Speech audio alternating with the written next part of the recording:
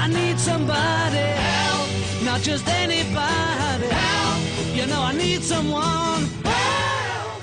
The Great Depression is commonly known to be one of the worst economic depressions that most countries have ever seen. But really, what were the main causes of the Depression? How did it affect economies as well as societies of said countries?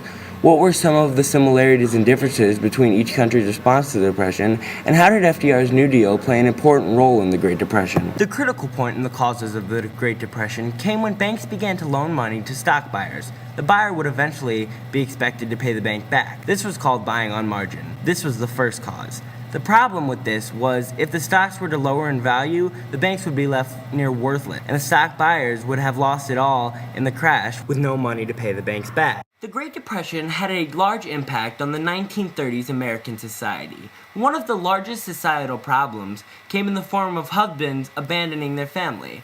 Now, while society was being impacted, it was the economy that was impacting it.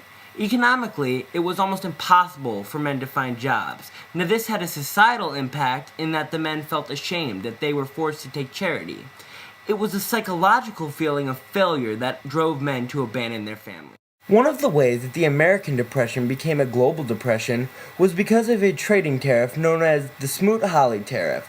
This trading tariff applied to imports and exports. It was Republican Senator Reed Smoot who proposed that all countries sending in imports or receiving our exports would have to pay a very large fee.